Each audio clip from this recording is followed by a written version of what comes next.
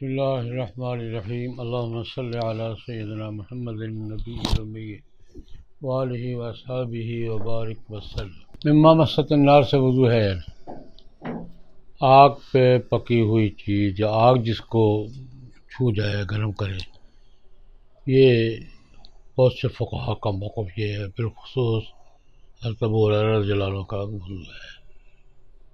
آگ پہ پکی ہوئی کوئی چیز بھی استعمال کی ہے تو وضو کریں گے آپ۔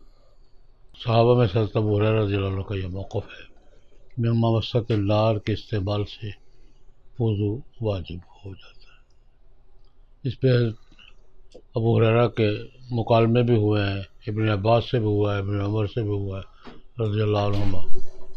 تو حضرت ابو ہریرہ اپنے مزاج کے بزرگ تھے۔ امام طحاوی نے یہ تو خلاصہ کیا نا، حضرت ابو ہریرہ اس بات پہ سخت ہے تو عبداللہ ابن عباس سے پوچھا کہ حضرت وضو آگ پہ پکی ہوئی چیز کھانے سے وضو ٹوٹتا ہے تو آگ پہ گرم کیے ہوئے پانی سے وضو ہو جاتا ہے؟ تو ڈانٹ دیا کہ اب نعم، بڑے تھے، میں جب عجیب بیان کروں تو یہ چونچا نہ کیا کروں۔ ابن عباس کو ڈانٹ دیا، میں حدیث پڑھتا ہوں تو آگے یہ کرتے ہو، یہ نہیں کیا کرو۔ ابن عمر نے سوال کیا رضی اللہ عنہ، حضرت یہ آپ کہتے ہیں کہ آگ پہ پکی ہوئی چیز کھانے سے ٹوٹ جاتا ہے، تو کیا آگ پہ گرم کیے پانی سے وضو ہو جاتا ہے؟ کہتے میں دوسی ہوں تو قریشی ہے، میں دوسی ہوں تو قریشی ہے۔ ابن عمر سمجھیے، قریش کے بارے میں قرآن پاک میں بل ہم قوم خصمون،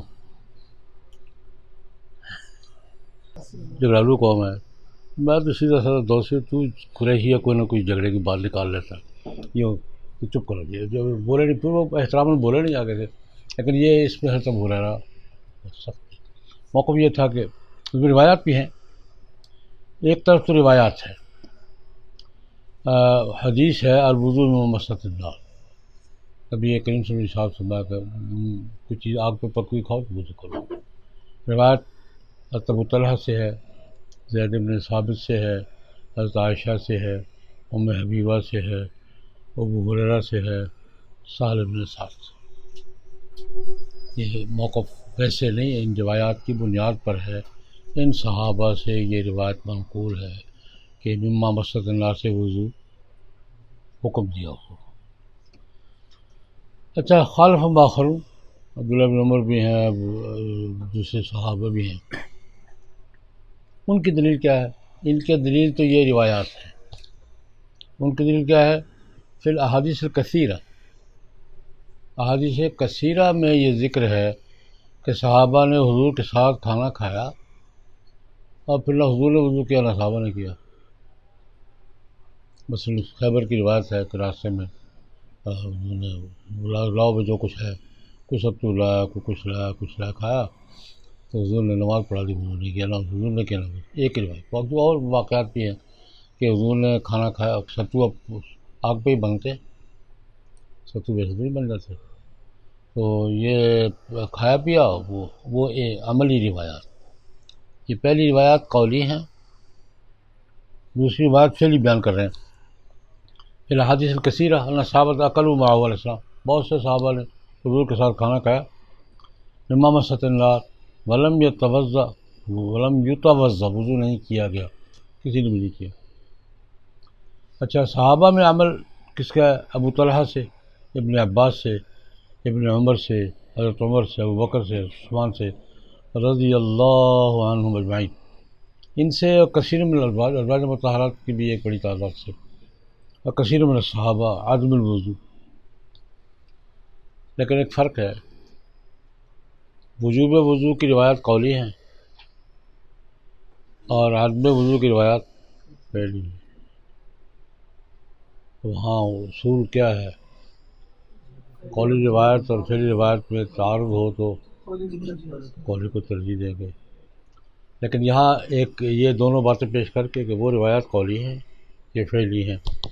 آگے کہتے ہیں کہ محمد بن منقدر حضرت جابر سے روایت کر رہے ہیں، حضرت جابر فرما رہے ہیں آخر الامرین عدم الوضو، پہلے وضو تھا پھر حضور نے وضو چھوڑ دیا، تو یہ ترک وضو یہ ناسخ ہے وضو کی روایات پر۔ یہ محاکمہ یہ کیا انہوں نے، محاکمہ کس سے کیا؟ حضرت جابر کی روایت سے۔ محمد بن المنقدر حضرت جابر سے روایت کرتے ہیں کہا آخر الامرین میں رسول اللہ عدم الوضو، اس کا خلاصہ وہ روایت بھی ہیں اگرچہ اصولاً ان کو ترجیح ہونی چاہیے، قولی ہیں اور یہ عمل فعلی ہیں، لیکن چونکہ جابر کہتے ہیں، جابر صاف کہہ رہے کہ آخر الامرین عدم الوضو، اس لیے جابر کے اس فتوے اس اشارے کی بنیاد پر ان کو ترجیح ہے اور عرب میں وضو واجب نہیں۔ ایک مسئلہ بھی، ایک ضمنی مسئلہ اور بھی ہے، بعض فقہا نے فرق کیا، اونٹ کا گوشت کھانے سے وضو کا حکم دیا حضور نے، بکری کا گوشت کھانے سے نہیں، یہ فرق ہے۔ یہ فرق قوم بین لحوم الابل والغنم، ہندو علیہ السلام اعلان لحوم الابل فاجاب بالوضو ہے، حضور سے پوچھا گیا کہ وہ اونٹ کا گوشت کھانے سے وضو فرمایا وضو واجب، شکر۔ وعن الغنم، بکری کے گوشت کے بارے میں پوچھا گیا فاجاب بالعدم، نہیں۔ اس روایت کی بنیاد پر اونٹ کے گوشت میں اور بکری کے گوشت میں فرق کیا ہے، تو اس پر دو باتیں کہتے ہیں۔ ایک تو کہتے ہیں کہ انہوں نے جو وضو کہا، وضو سے مراد نماز والا وضو نہیں ہے، لوہری وضو ہے۔ لوہری غسل سمجھتے ہیں؟ لوہری غسل کیا ہوتا ہے؟ ہاتھ پاؤں دھوئے، منہ دھویا، وضو ہو گیا غسل۔ سردیوں میں لوہری غسل یہی ہوتا ہے، یہ ہاتھ دھونا مراد، وضو سے وضو مراد نہیں۔ ایک اس کا تعبیر کیا کریں، تعبیر کیا لیں، تعبیر کریں جو مرضی۔ فما قطع النظر من انه يحتمل ان يكون المراد غسل اليدين يكفي، کہ وضو سے مراد یہاں غسل الیدین ہے، لیکن اس سے قطع نظر یہ دلیل بھی ہماری ہے کہ یہاں وضو سے مراد کیا ہے؟ غسل الیدین ہے، اس سے قطع نظر وہ جابر والی روایت اس کی بھی ناسخ ہے، اوپر جو جابر والی روایت ہم نے کی تھی نا کہ آخر الامرین کیا ہے؟ ترک الوضو عدم الوضو، اس کی بھی ناسخ ہے نا، ان کی بھی ناسخ ہے، تو دو دلیلیں۔ یہ دلیل بھی ہے لیکن چھوڑو، یہ دلیل جو ہے نا یہ سب کے لیے ہے، یہ اس کا معنی۔ فمع قطع النظر، اس سے قطع نظر، ان یحتمل کہ وہ احتمال موجود ہے، ان یکون المراد غسل الیدین، وضو سے مراد یہاں کیا ہے؟ غسل الیدین، اس سے قطع نظر یکفی لردہم، ان کے موقف کے رد کے لیے وہی جابر والی روایت کافی ہے۔ آخر الامرین کیا تھا؟ تو یہ دو دلیل ہے۔ شرمگاہ پہ ہاتھ لگنے سے وضو شفافے کا نظر ٹوٹ جاتا ہے، مرد لگائے عورت لگائے، شرمگاہ کو اگر پر کپڑے کے بغیر ہاتھ لگ گیا تو وضو ٹوٹ جاتا ہے۔ صحابہ میں سے بھی، یہاں بھی حضرت ابو ہریرہ بڑے سخت ہیں، وضو ٹوٹ جاتا ہے، شرمگاہ کو ہاتھ لگ گیا وضو ٹوٹ جاتا ہے، اور جمہور صحابہ کہتے ہیں نہیں ٹوٹا۔ یہ خاصی دیر یہ مکالمہ چلتا رہا، مروان بن الحکم کے زمانے میں امام ظہری کا موقع بھی ہے کہ ٹوٹ جاتا ہے، ظہری کا، حضرت ابو ہریرہ کا، بڑے بڑے ان کا موقع یہ تھا کہ ٹوٹ جاتا ہے، جمہور کا یہ تھا۔ ایک مذاکرہ بھی ہوا، تو اصولی بات یہ ہے کہ مس الفروج، شرمگاہ کو ہاتھ لگنے سے، حل یجب فی الوضو ام لا، ذهب قوم الی الوضو، وہ کہا کہ جماعت وضو کے وجوب کی طرف گئی ہے، ان میں نے دو بڑے نام لیے، کون سے؟ حضرت ابو ہریرہ، امام ظہری، وہ شواف ہے تقریباً سارے۔ اچھا، مروان بن الحکم کا مذاکرہ تھا، مذاکرہ ہوا ان کا عروہ کے ساتھ، تو بصرہ رضی اللہ عنہ ان سے ایک روایت مروان نے ذکر کی حضرت عروہ کے سامنے، مکالمہ کس کا ہوا؟ مروان بن الحکم کا اور عروہ بن زبیر کا، وہ بھی تابعی ہیں وہ بھی تابعی ہیں۔ تو مروان نے روایت بیان کی کہ حضرت بصرہ نے روایت کی ہے کہ نبی کے فرمایا حدیث و وجوب الوضو، وضو واجب ہے، حدیث بیان کی تو عروہ نے کوئی توجہ نہیں دی. فلم یرفع لہ رأسا، مروان بن الحکم نے حضرت بصرہ سے روایت بیان کی وجوب وضو کی، تو حضرت عروہ نے اس پر کوئی لم یرفع بھی رأسا کمانا کوئی توجہ نہیں. اچھا، تو مروان بن الحکم نے اپنی تائید کے لیے اپنے ایک چھرتی کو، سپاہی کو بھیجا تاکہ بصرہ سے پوچھ کر آؤ. یہ روایت صحیح ہے. پہلے روایت کس نے کی ہے؟ مروان نے.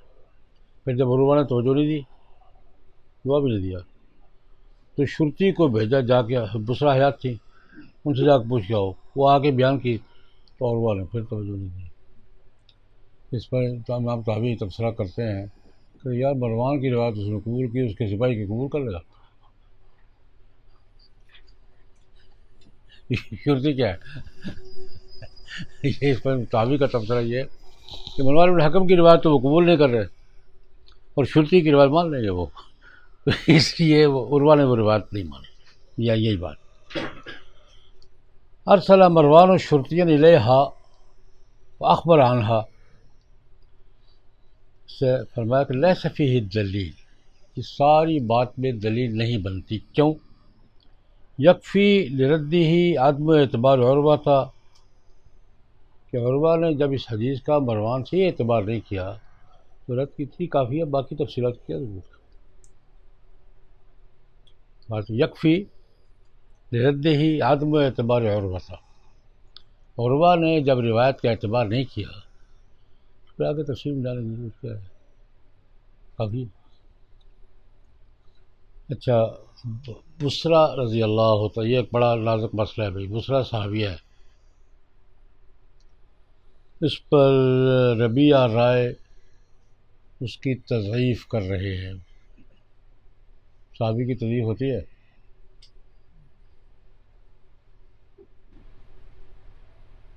یہاں بغیر پھنس جاتا ہے بھائی. بصرہ صحابیہ ہیں. ضعفہ ربیعہ، ربیعہ کون ہے بھائی؟ پتہ ہے کسی کو؟ یہ تابعین میں سے ہیں، بڑے امام ہیں، اور ان کے مقام کے اتنے کافی ہے کہ امام مالک کے بھی استاد ہیں، امام ابو حنیفہ کے بھی استاد ہیں. نام ہی کافی ہے. امام مالک کے لیے ربیعہ رائے ویسے ہی ہیں جیسے امام ابو حنیفہ رحمۃ اللہ کے لیے حماد ہے. امام حنیفہ کی ساری فقہ کی بنیاد کیا ہے؟ حماد، اور اس کی ابراہیم نخعی. امام ابو حنیفہ کا اساتذہ میں سب سے بڑے استاد ان کے کیا ہیں؟ حماد. امام مالک کے سب سے بڑے استاد ربیعہ ہیں، ابو حنیفہ کے بھی استاد ہیں. وہ کہتے ہیں میں بصرہ کی بات نہیں مانتا. اس کے انہوں نے کیا تعبیر کی ہے؟ ضعفہا، لمبی چھڑی بات چل رہی ہے. صحابی کی تضعیف تعبیر کر سکتا ہے؟ صحابی کی تضعیف ہوتی بھی نہیں، ویسے صحابی کی تضعیف ہوتی بھی نہیں، ذرا ہی نہیں ہوتی. یہ کیا کہہ رہے ہیں؟ یہ تعویل لمبی باسیہ خلاصہ، خلاصے کا بھی خلاصہ ہے. تضعیف نہیں کی. حدیث کے ایک اصول یہ ہے تضعیف کے بغیر بھی اس کو خواہ تضعیف سے تعبیر کر دیا. یہاں جب آپ یہ تفسیر میں جائیں گے نا، بصرۃ ضعفہا ربیعۃ، بصرہ کی تضعیف کس نے کی ہے؟ یہاں بہتر ہے کہ تفصیل میں نہ پتہ ہوگا پھر اشکال پیدا ہوگا. اس کا پتہ نہ ہونا ہی بہتر ہے. وہ کیا کہتے ہیں کہ ان کنت لا تدری فتلک مصیبۃ وان کنت تدری فالمصیبۃ اعظم. یہ لمبا مسئلہ کھڑا ہو جائے گا یار، وہ پھر سوال کھڑا ہو جائے گا کہ ربیعہ بصرہ کی تضعیف کر کیوں جی؟ ربیعہ تو صحابیہ ہے، تضعیف کیسے ہوگی؟ اس کی تعبیر کہتے نہیں. تضعیف کا لفظ بول دیا اور تضعیف نہیں ہے. اصول ہے کہ ایک عمومی مسئلے پر جمہور کی روایت اور ہو اور ایک متفرد کی روایت اور ہو، تو اس بنیاد پر کہ یار ان کو مغالطہ لگ کیا ہوگا، بات وہ کہتے جمہور بات کر سکتے. ایک مسئلہ جو عموم بلوا کے درجے کا ہے سب اس پر ایک روایت کر رہا ہے، باقی سب مخالف ہیں موجود صحابہ میں سے بھی یہ ترجیح ہے ایک مسئلے پر جو عام طور پہ پیش آتا رہتا ہے. عام صحابہ ایک روایت کرتے، ایک اکیلا صحابی دوسری روایت کرتے، اس کو انہوں نے تجویز کر دی، اس کو مغالطے میں محمول کرتے. یار ان کو مغالطہ لگ گیا، بابو ہے جو جمہور کہہ رہے ہیں، مجلس میں موجود اکثریت جو کہہ رہی ہے نا وہ صحیح کہہ رہی ہے، جو الگ بات کر رہا ہے اس کو کیا لگا ہے، یہ کہہ دیا کہ یہ ممکن ہے آپ کے ذہن میں مسئلہ پیدا ہو جائے، یہ تضعیف نہیں ہے، یہ ترجیح ہے، یہ تضعیف نہیں ہے بلکہ کیا ہے، اور صحابہ میں یہ ترجیحات ہیں کہ جو آدمی مثلا میں ایک مثال اور دوں گا تاکہ بات واضح ہو جائے. حضرت عائشہ رضی اللہ عنہ سے کسی نے ایک مسئلہ پوچھا، اب علی سے پوچھو وہ زیادہ جانتے ہیں، وہ سفر میں وہ ساتھ ہوتے تھے. حضرت علی سے ایک نے مسئلہ پوچھا، ان کا عائشہ سے پوچھا گھر کا مسئلہ وہ زیادہ جانتی ہے. ایک آدمی ماحول سے متعلق نہیں ہے تو اس کی روایت پر ماحول سے متعلق آدمی کو ترجیح دی جائے گی. یہ بات سمجھ آ گئی؟ اس سے ضعف کا ہمارا ترجیح. اچھا یہ آگے اس کی جرح کرتے ہیں، عروہ کی روایت پر جرح کرتے ہیں.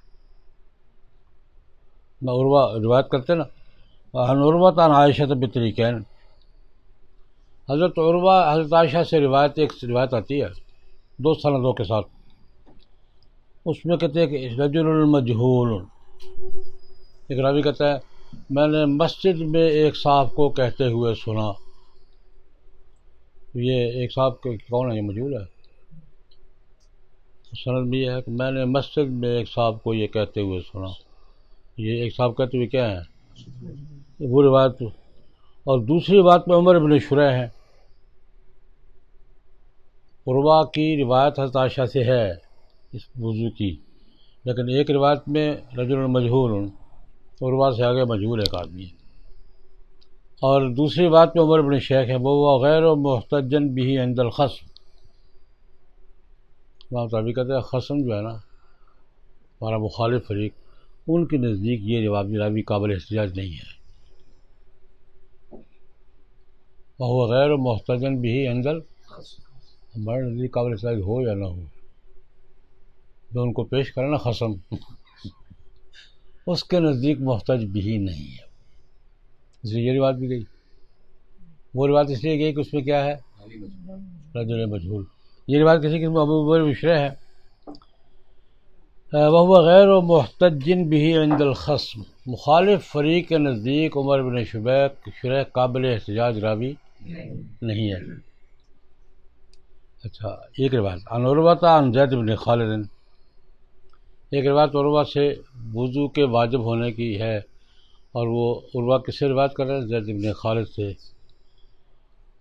اس میں بھی ایک راوی محمد بن اسحاق ہے، وہو غیر معتد عند الخصم، مخالف فریق نے یہ بھی قابل اعتبار نہیں ہے. اپنا نہیں کہہ رہے، ان کے نہیں.